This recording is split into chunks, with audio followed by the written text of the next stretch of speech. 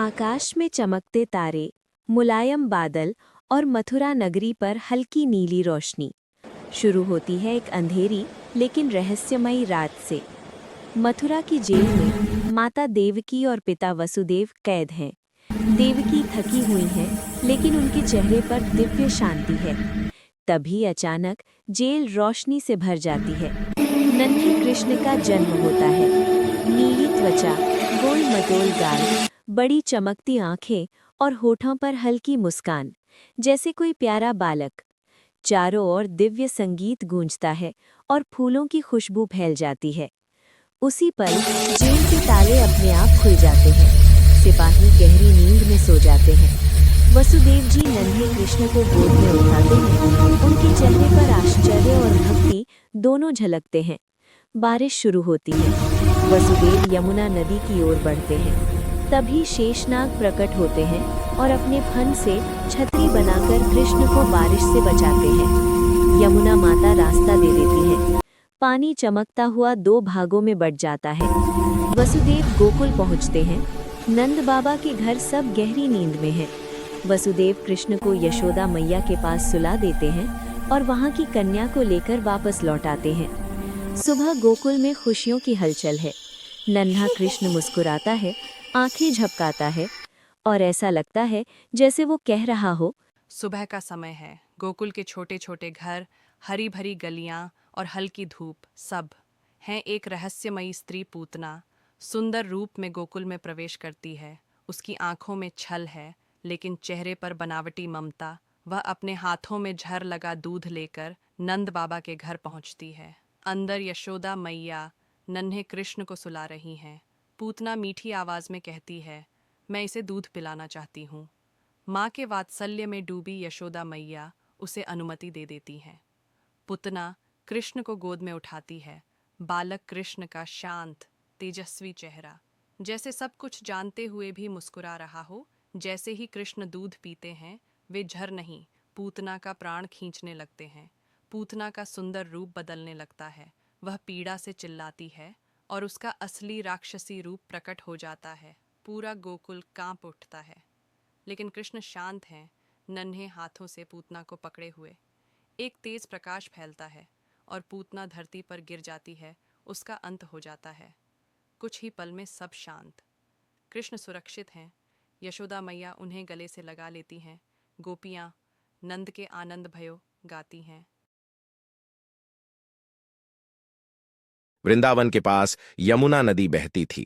उस नदी में एक भयंकर विषैला नाग रहता था, जिसका नाम कालिया था। उसके झर से यमुना का जल काला हो गया था। जो भी उसमें उतरता, उसकी मृत्यु हो जाती। पेड़ पौधे सूखने लगे, पशु मरने लगे और गोकुल में भय फैल गया। एक दिन बालक श्री कृष्ण अपने सखाओं के साथ खेल रहे थे। गेंद यमुना में गिर गई। सब मित्र डर गए, पर नन्हे कृष्ण मुस्कुराए और बिना डरे यमुना में कूद पड़े। जैसे ही कृष्ण जल में उतरे, कालिया नाग ने उन्हें अपने फनों में जकड़ लिया। यमुना में हलचल मच गई। गोकुलवासी घबरा गए। यशोदा मैया रोने लगी। तभी कृष्ण ने अपने दिव्य रूप से कालिया के बंधन तोड़ दिए। फिर श्री कृष्ण ने कालिया नाग के फनों पर नृत्य करना शुरू किया। हर कदम के साथ कालिया का अहंकार टूटता गया। उसका झर निकलने लगा और वह अचेत हो गया। तभी कालिया की पत्नियां आईं और कृष्ण से क्षमा मांगने लगीं। उन्होंने कहा, प्रभु, हमारे पति का अपराध क्षमा कर दीजिए। करुणामय कृष्ण ने कालिया को जीवन दान दिया और कहा, तुम यमुना छोड़कर समुद्र में जाओ और फिर कभी किसी को कष्ट मत देना।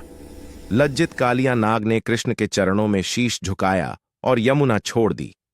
यमुना फिर से निर्मल हो गई और वृंदावन में आनंद छा गया। इस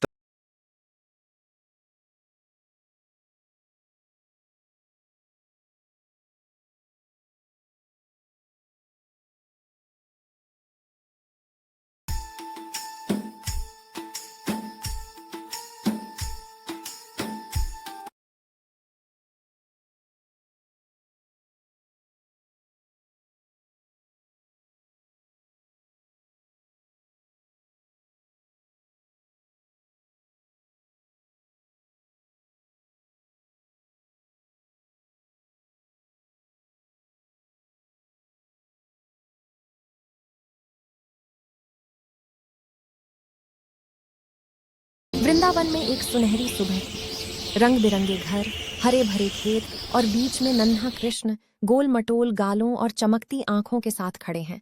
उस दिन गांव वाले इंद्रदेव की पूजा की तैयारी कर रहे थे। नन्हे कृष्ण ने उत्सुकता से पूछा, बाबा, हम इंद्रदेव की पूजा क्यों करते हैं? नंद बाबा बोले, वे हमें बारिश देते हैं। कृष्ण मुस्कुराए और बोले, लेकिन बाबा, हमें असली मदद तो गोवर्धन पर्वत, गायों और धरती से मिलती है, तो क्यों ना हम इन्हीं की पूजा करें? सब लोग हैरान रह गए, पर कृष्ण की बात में सच्चाई थी। गांव वालों ने इंद्र पूजा छोड़कर गोवर्धन पर्वत की पूजा की। इंद्रदेव क्रोधित हो गए। उन्होंने काले बादल भेज दिए। तेज बारिश, बिजली और तूफान से पूरा वृंदावन कांपने लगा। गोपियां डर गईं, गायें कांपने लगीं।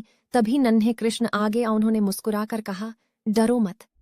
कृष्ण ने अपनी छोटी सी उंगली से पूरा गोवर्धन पर्वत उठा लिया। सब लोग पर्वत के नीचे आ गए, गायें, बच्चे, गोपियां और बुजुर्ग। 7 दिन और 7 रात तक कृष्ण पर्वत थामे रहे। इंद्रदेव को अपनी गलती समझ आ गई। उन्होंने वर्षा रोक दी और कृष्ण के चरणों में झुक गए। कृष्ण ने प्रेम से कहा, अहंकार नहीं, प्रेम और सेवा सबसे बड़ी शक्ति है। वृंदावन फिर से हंसी, हरियाली और आनंद से भर गया और सब समझ गए, यह नन्हा बालक नहीं, स्वयं भगवान श्री कृष्ण है।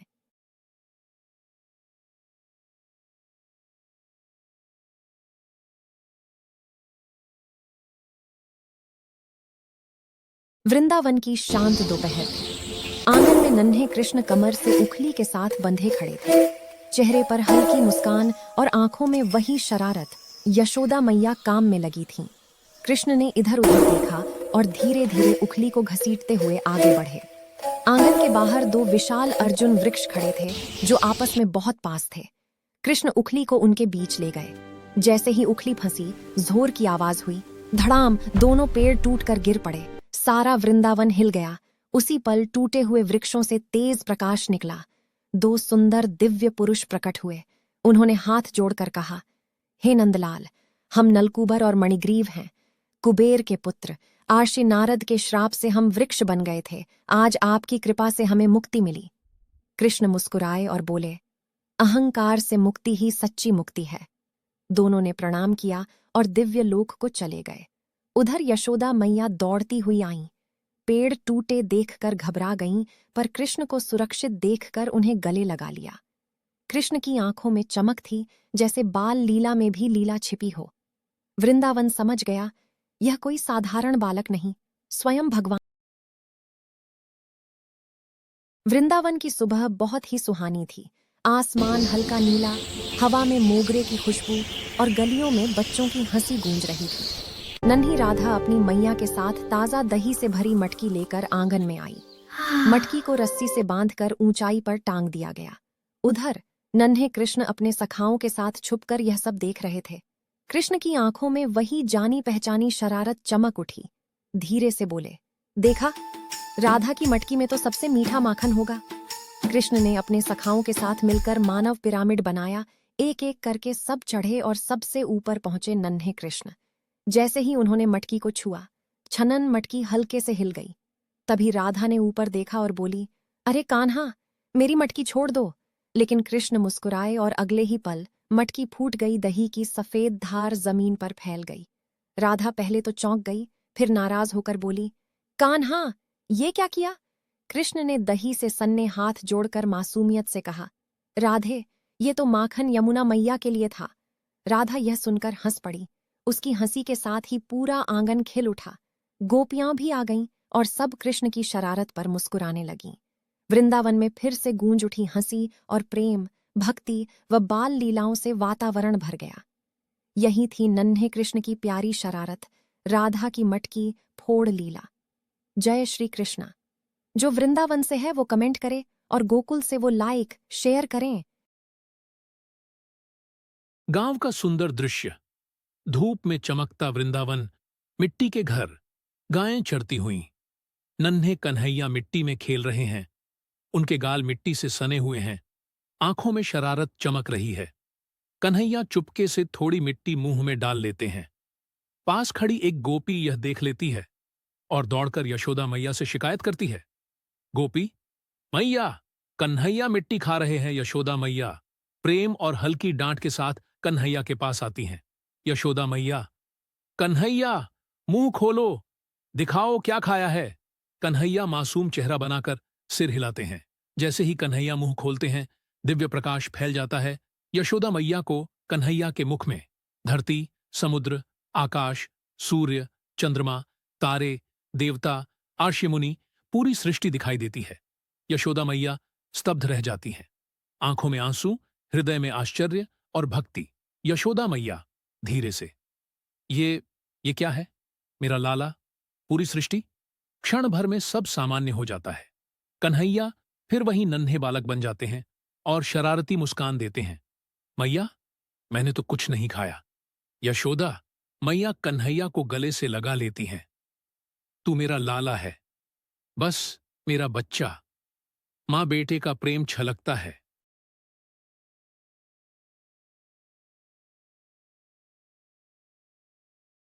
वृंदावन की शरद पूर्णिमा की रात थी। आकाश में चांद अपनी पूरी चांदनी बिखेर रहा था।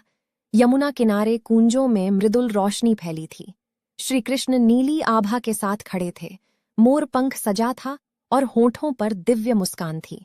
कृष्ण ने बांसुरी बजाई, उस मधुर स्वर ने पूरे वृंदावन को मंत्रमुग्ध कर दिया। गोपियां अपने अपने काम छोड़कर खिंची चली आईं। उनके चेहरों पर आश्चर्य, प्रेम और भक्ति का भाव था। यमुना के तट पर एक सुंदर वृत्त बना। कृष्ण ने रास आरंभ किया। हर गोपी के साथ एक एक कृष्ण प्रकट हुए, जैसे प्रेम हर हृदय में बस गया हो। चारों ओर रंग बिरंगी रोशनी, फूलों की वर्षा और आनंदमय संगीत गूंजने लगा।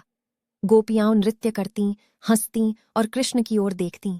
यह कोई साधारण नृत्य नहीं था, यह आत्मा और परमात्मा का मिलन था। अचानक कृष्ण अंतर्ध्यान हो गए। गोपियां व्याकुल हो उठीं। तभी कृष्ण फिर प्रकट हुए और मुस्कुराकर बोले, जहां सच्चा प्रेम और भक्ति होती है, वहां मैं सदा रहता हूं। चंद्रमा साक्षी बना, यमुना शांत बहने लगी। रासलीला पूर्ण हुई और वृंदावन प्रेम से भर उठा। जय श्री कृष्ण कौन वृंदावन से है वो कमेंट करे। वृंदावन की एक सुनहरी सुबह थी। नीला आकाश, हल्की ठंडी हवा और यमुना नदी शांत बह रही थी। नदी के किनारे हरी घास पर गोपियां हंसती खेलती आईं। वे यमुना में स्नान करने वाली थीं। गोपियों के रंग बिरंगे वस्त्र, चूड़ियों की खनक और चेहरे पर निश्चल मुस्कान, सब कुछ जीवंत लग रहा था। नदी किनारे एक कदम्ब के पेड़ के पीछे नन्हे नीले कान्हा छुपे खड़े थे। उनके चेहरे पर वही शरारती मुस्कान, आंखों में चमक और हाथ में बांसुरी थी। कान्हा मन ही मन बोले, आज मेरी लीला से इन्हें सच्चे समर्पण का अर्थ समझाना है। जैसे ही गोपियां यमुना में उतरी, कान्हा चुपके से उनके वस्त्र उठाकर कदम्ब के ऊंचे डाल पर रख देते हैं। फिर पेड़ पर बैठकर बांसुरी बजाने लगते हैं। बांसुरी की धुन हवा में तैरती है, पत्ते हिलते हैं और यमुना की लहरें संगीत पर थिरकने लगती हैं। गोपियां जब बाहर आती हैं तो चौंक जाती हैं। अरे, हमारे वस्त्र कहाँ गए? वे लज्जा से पानी में ही खड़ी हो जाती हैं। तभी ऊपर से नन्हे कान्हा की मीठी हंसी सुनाई देती है। कान्हा कहते हैं, जब तक तुम मन, वचन और अहंकार छोड़कर मुझे नहीं पुकारोगी, वस्त्र नहीं मिलेंगे। गोपियां समझ जाती हैं कि यह साधारण शरारत नहीं, बल्कि एक दिव्य शिक्षा है। वे हाथ जोड़कर कहती हैं, हे कान्हा, हम तुम्हारी शरण में हैं। तभी कान्हा की शरारती मुस्कान करुणा में बदल जाती है। वे धीरे धीरे वस्त्र नीचे रखते हैं। कान्हा का दिव्य तेज, कोमल चेहरा और आंखों में अपार प्रेम झलकता है। कान्हा कहते हैं, जो मुझे पूर्ण समर्पण से स्वीकार करता है, उसकी लज्जा और रक्षा मेरी जिम्मेदारी है। गोपियां भाव विभोर हो जाती हैं। यमुना का जल निर्मल हो उठता है, आकाश में प्रकाश फैल जाता है। कान्हा बांसुरी बजाते हुए आगे बढ़ते हैं और वृंदावन फिर से आनंद से भर उठता है। यही थी नन्हे कान्हा की लीला। शरारत नहीं, भक्ति और समर्पण का संदेश। वृंदावन की एक सुनहरी सुबह थी। नीला आकाश, हल्की ठंडी हवा और यमुना नदी शांत बह रही थी। नदी के किनारे हरी घास पर गोपियां हंसती खेलती आईं। वे यमुना में स्नान करने वाली थीं। गोपियों के रंग बिरंगे वस्त्र, चूड़ियों की खनक और चेहरे पर निश्चल मुस्कान, सब कुछ जीवंत लग रहा था। नदी किनारे एक कदम्ब के पेड़ के पीछे नन्हे नीले कान्हा छुपे खड़े थे। उनके चेहरे पर वही शरारती मुस्कान, आंखों में चमक और हाथ में बांसुरी थी। कान्हा मन ही मन बोले, आज मेरी लीला से इन्हें सच्चे समर्पण का अर्थ समझाना है। जैसे ही गोपियां यमुना में उतरी, कान्हा चुपके से उनके वस्त्र उठाकर कदम्ब के ऊंचे डाल पर रख देते हैं। फिर पेड़ पर बैठकर बांसुरी बजाने लगते हैं। बांसुरी की धुन हवा में तैरती है, पत्ते हिलते हैं और यमुना की लहरें संगीत पर थिरकने लगती हैं। गोपियां जब बाहर आती हैं तो चौंक जाती हैं। अरे, हमारे वस्त्र कहाँ गए? वे लज्जा से पानी में ही खड़ी हो जाती हैं। तभी ऊपर से नन्हे कान्हा की मीठी हंसी सुनाई देती है। कान्हा कहते हैं, जब तक तुम मन, वचन और अहंकार छोड़कर मुझे नहीं पुकारोगी, वस्त्र नहीं मिलेंगे। गोपियां समझ जाती हैं कि यह साधारण शरारत नहीं, बल्कि एक दिव्य शिक्षा है। वे हाथ जोड़कर कहती हैं, हे कान्हा, हम तुम्हारी शरण में हैं। तभी कान्हा की शरारती मुस्कान करुणा में बदल जाती है। वे धीरे धीरे वस्त्र नीचे रखते हैं। कान्हा का दिव्य तेज, कोमल चेहरा और आंखों में अपार प्रेम झलकता है। कान्हा कहते हैं, जो मुझे पूर्ण समर्पण से स्वीकार करता है, उसकी लज्जा और रक्षा मेरी जिम्मेदारी है। गोपियां भाव विभोर हो जाती हैं। यमुना का जल निर्मल हो उठता है, आकाश में प्रकाश फैल जाता है। कान्हा बांसुरी बजाते हुए आगे बढ़ते हैं और वृंदावन फिर से आनंद से भर उठता है। यही थी नन्हे कान्हा की लीला, शरारत नहीं, भक्ति और समर्पण का संदेश। वृंदावन की शरद पूर्णिमा की रात थी। आकाश में चांद अपनी पूरी चांदनी बिखेर रहा था। यमुना किनारे कूंजों में मृदुल रोशनी फैली थी। श्री कृष्ण नीली आभा के साथ खड़े थे। मोर पंख सजा था और होठों पर दिव्य मुस्कान थी। कृष्ण ने बांसुरी बजाई, उस मधुर स्वर ने पूरे वृंदावन को मंत्रमुग्ध कर दिया। गोपियां अपने अपने काम छोड़कर खिंची चली आईं। उनके चेहरों पर आश्चर्य, प्रेम और भक्ति का भाव था। यमुना के तट पर एक सुंदर वृत्त बना। कृष्ण ने रास आरंभ किया। हर गोपी के साथ एक एक कृष्ण प्रकट हुए, जैसे प्रेम हर हृदय में बस गया हो। चारों ओर रंग बिरंगी रोशनी, फूलों की वर्षा और आनंदमय संगीत गूंजने लगा। गोपियां नृत्य करतीं, हंसतीं और कृष्ण की ओर देखतीं। यह कोई साधारण नृत्य नहीं था, यह आत्मा और परमात्मा का मिलन था। अचानक कृष्ण अंतर्ध्यान हो गए। गोपियां व्याकुल हो उठीं। तभी कृष्ण फिर प्रकट हुए और मुस्कुराकर बोले, जहां सच्चा प्रेम और भक्ति होती है, वहां मैं सदा रहता हूं। चंद्रमा साक्षी बना, यमुना शांत बहने लगी। रासलीला पूर्ण हुई और वृंदावन प्रेम से भर उठा। जय श्री कृष्ण कौन वृंदावन से है वो कमेंट करे।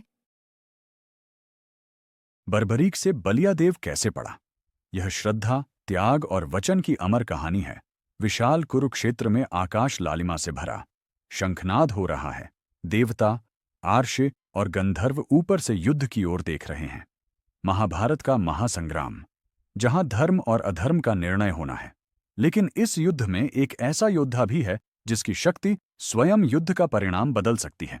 एक वीर जो युवा, तेजस्वी, नीली आभा, धनुष बाण धारण किए। यह हैं बर्बरीक, भीम के पौत्र और घटोत्कच के पुत्र। ऐसा वीर जिसे केवल 3 बाणों से ही पूरा युद्ध जीतने का वरदान प्राप्त है। बर्बरीक की आंखों में उत्साह और धर्म के लिए समर्पण। शिवजी बोले, बर्बरीक, तुम्हें 3 अमोघ बाण देता हूं। पहला शत्रुओं को चिन्हित करेगा, दूसरा अपने पक्ष को चिन्हित करेगा, तीसरा केवल शत्रुओं का संहार करेगा। बर्बरीक जी प्रणाम करते हैं। माता मौरवी आशीर्वाद देती हैं। माता बोले, पुत्र, युद्ध में सदैव हारने वाले का साथ देना। बर्बरीक हाथ जोड़कर बोले, मां, आपका वचन मेरे जीवन का धर्म होगा। घोड़े पर सवार, धूल उड़ती हुई, पर यही वचन आगे चलकर उसे सबसे कठिन परीक्षा में डालने वाला था। रास्ते में एक साधारण ब्राह्मण में श्रीकृष्ण मिलते हैं। श्रीकृष्ण बोले, वत्स, कहाँ जा रहे हो? बर्बरीक जी बोले, युद्ध में भाग लेने, धर्म की रक्षा के लिए। श्रीकृष्ण पूछते हैं, यदि तुम हारने वाले का साथ दोगे तो युद्ध में बार बार पक्ष बदलना पड़ेगा, क्या तब भी वचन निभाओगे? बर्बरीक जी बिना हिचक, हां ब्राह्मण देव, वचन से बढ़कर कुछ नहीं।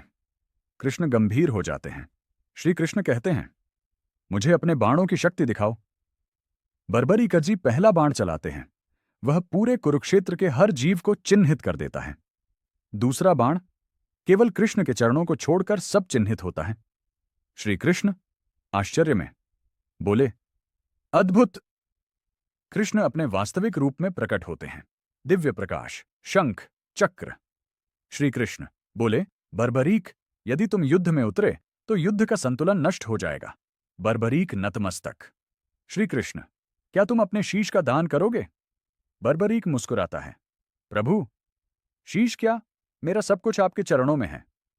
बर्बरीक अपने शीश का दान करता है। धरती कांप उठती है। देवता पुष्प वर्षा करते हैं। श्री कृष्ण कहते हैं, तुम युद्ध देखना चाहते थे, यह वर मैं देता हूं। शीश को पहाड़ी पर स्थापित किया जाता है। शीश से पूरे युद्ध के दृश्य दिखते हैं। बर्बरीक अजी देखते हैं, कभी कौरव हारते, कभी पांडव। वह समझ जाता है, वास्तव में युद्ध श्री कृष्ण ने ही जीता। युद्ध समाप्त, श्री कृष्ण आते हैं। श्री कृष्ण बोले, बताओ बर्बरीक, किसने युद्ध जीता? बर्बरीक जी बोले, प्रभु, आपने। आप बिना हथियार उठाए भी सबका संचालन कर रहे थे। श्री कृष्ण मुस्कुराते हैं। श्री कृष्ण बोले, आज से तुम केवल बर्बरीक नहीं, तुम बलिया देव कहलाओगे। श्री कृष्ण बोले, बल शक्ति नहीं, बल त्याग है। तुमने अपना बलिदान देकर धर्म को बचाया। श्री कृष्ण बोले, कलयुग में जो भी सच्चे मन से बलिया देव को स्मरण करेगा, उसकी मनोकामना पूर्ण होगी। ये कथा उस वीर की है जिसने युद्ध नहीं लड़ा, फिर भी अमर हो गए। बर्बरीका, जो आज भी पूजे जाते हैं बलिया देव के नाम से। भगवान विष्णु जी का मत्स्य अवतार, सुबह का सुनहरा जंगल, पक्षियों की आवाज, नदी चमक रही है। राजा सत्यव्रत नदी किनारे पूजा कर रहे हैं। वो दयालु हैं, प्रकृति से प्यार करते हैं। अचानक उनके हाथ की अंजलि में एक छोटी सी सुनहरी मछली आ गिरती है। मछली मासूम आवाज में बोली, राजन, मुझे बड़ी मछलियां खा जाएंगी, मुझे बचा लीजिए। राजा मुस्कुराते हैं, तुम अब मेरी जिम्मेदारी हो। मछली बढ़ती ही जाती है। राजा मछली को कमंडल में रखते हैं, लेकिन कमंडल छोटा पड़ जाता है। फिर घड़ा, फिर तालाब, फिर झीलहर, बार मछली बड़ी। राजा चौंकते हैं, ये साधारण मछली नहीं।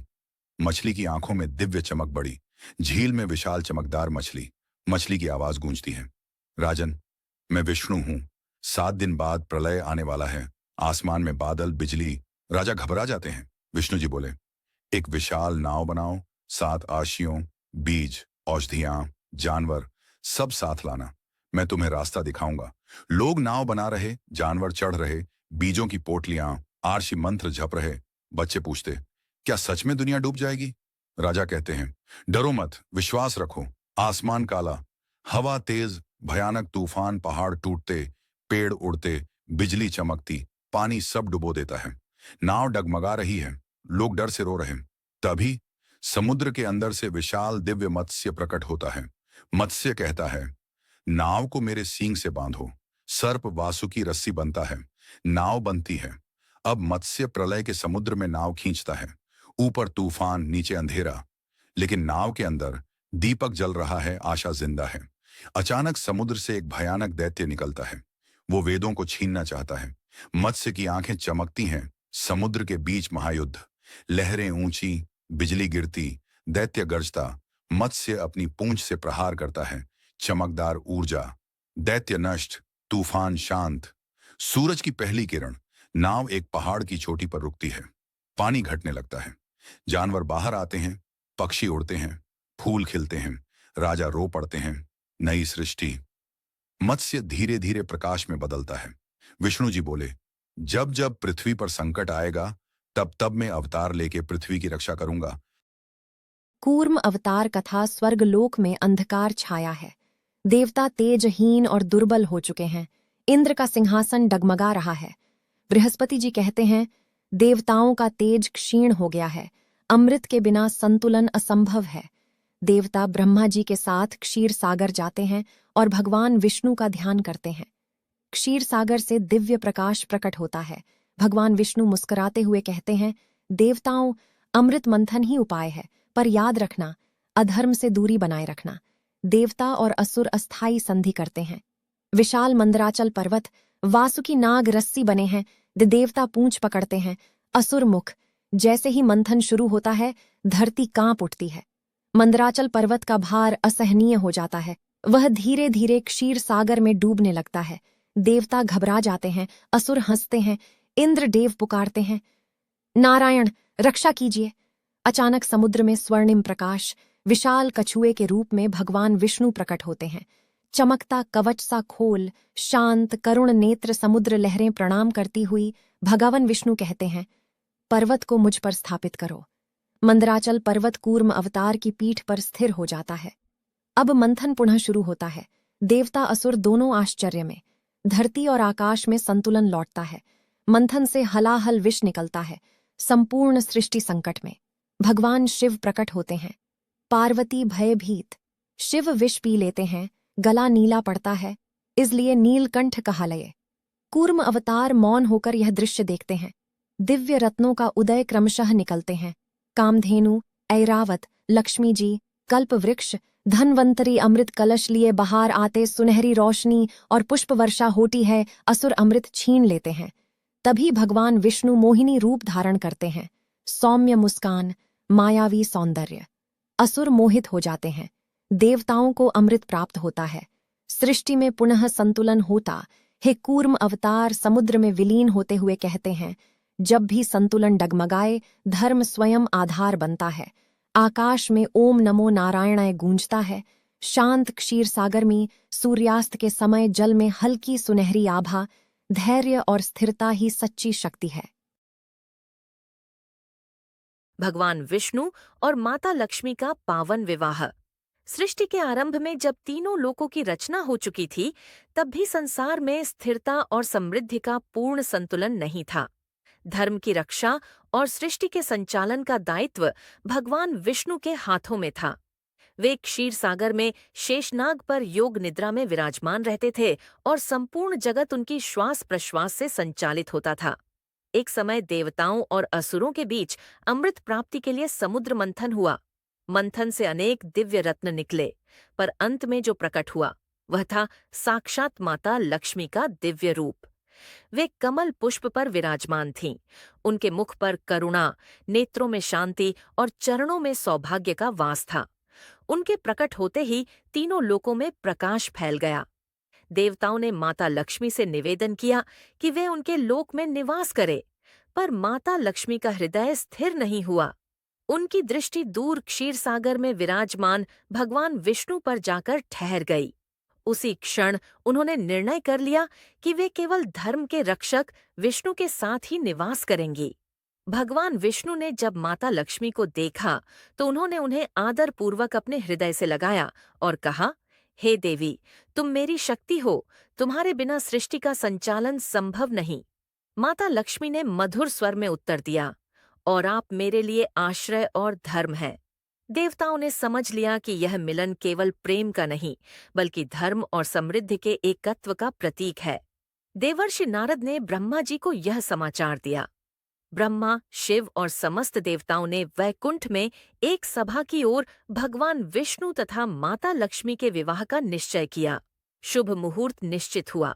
वैकुंठ लोक स्वर्णिम प्रकाश से भर गया। चारों ओर पुष्पों की सुगंध फैल गई। गंधर्वों का गान और अप्सराओं का नृत्य वातावरण को आनंदमय बना रहा था। विवाह के दिन माता लक्ष्मी लाल वस्त्रों और स्वर्ण आभूषणों से सुशोभित थीं। उनका मुख लज्जा और आनंद से दमक रहा था। भगवान विष्णु पीतांबर धारण किए दिव्य तेज से प्रकाशित हो रहे थे। शंख की मंगल ध्वनि से वैकुंठ गूंज उठा। ब्रह्मा जी ने वैदिक मंत्रों के साथ विवाह संस्कार आरंभ किया। अग्नि को साक्षी मानकर भगवान विष्णु ने माता लक्ष्मी का हाथ अपने हाथ में लिया और उन्हें सदा अपने वक्ष स्थल पर स्थान देने का वचन दिया। माता लक्ष्मी ने भी वचन दिया कि वे सदा धर्म, सत्य और सेवा के साथ निवास करेंगी। 7 फेरों के पूर्ण होते ही तीनों लोकों में शांति और संतुलन स्थापित हो गया। पृथ्वी पर अन्न, जल और धन की वर्षा होने लगी। जीव जंतु सुखी हुए और मानव जीवन में आशा का संचार हुआ।